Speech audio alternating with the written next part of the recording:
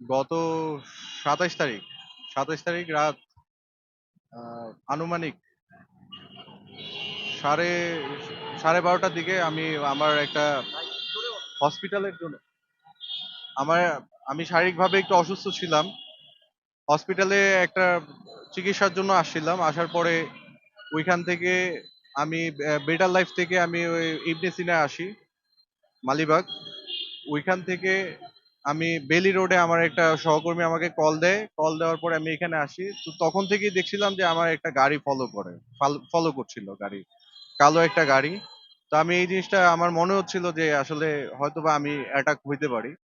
তো এই চিন্তা করে আমি আমার সিনিয়র কয়েকজন সাংবাদিক ভাই আছে, আমি তাদেরকে ফোন দিলাম।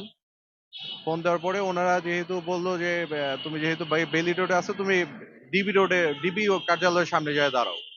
তো ডিবি কার্যালয়ের সামনে যায় আমি প্রায় 40 থেকে 45 মিনিট ওখানে দাঁড়াইছিলাম।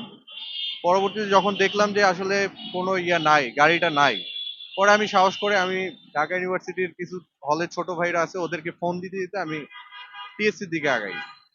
আগানোর পরে আমি ওইখানে প্রায় 10-15 মিনিট ওইখানে আমার আরেকটু কাজ ছিল, কাজটা শেষ করে তারপর সামন দিয়ে নেওয়া আইসা আমি এই দোয়েল চত্বর থেকে শিক্ষা ভবন আসার পথে শিশু একাডেমিটা, যে শিশু একাডেমির থেকে একটু সামনেই আসার পথে একটা ওই কালো গাড়িটাই ওরা প্রায় ৫-৬ জন ছিল।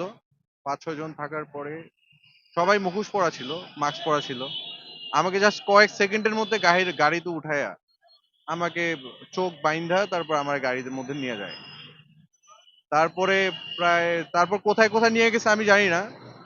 পরবর্তীতে আমাকে যেখান থেকে উদ্ধার করা হয় সেটা হচ্ছে আফতাবনগর। আমি সেটা রিক্সা চালক, সেই রিক্সা চালকের মাধ্যমে আমি জানতে পারি যে আমি এটা আফতাবনগর, তালতলা বটতলার মোড়।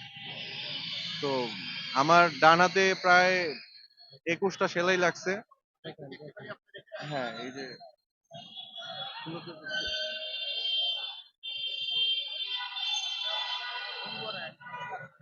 পুরোটা তো খোলা যাবে না।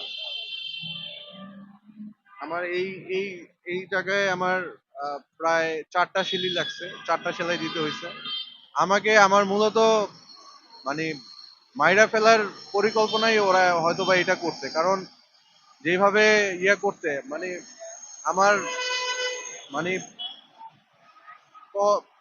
গলার এইখানে কোপ দিতে চাইছিল, পরে আমি এই বামাত দিয়ে ঠেকাইছি। বামাত দিয়ে ঠেকানোর পরে আমার এই যে এখানেও প্রায় 4টা সিলি লাগছে। তো এই হচ্ছে অবস্থা। তো আমি থানায় অভিযোগ করছি। থানায় ওনারা বললো যে তদন্ত করছে। আমি 28 তারিখে যাই আমি থানায় অভিযোগ করি। এখন পর্যন্ত কোনো আসামি শনাক্ত করতে পারে নাই। হ্যাঁ, হ্যাঁ। তারা বলল যে আমি আগে সুস্থ হই, তারপর তারপর আমি সুস্থ হয়ে কল দিছিলাম একদিন পরে, বলল যে আমরা তদন্ত করতেছি।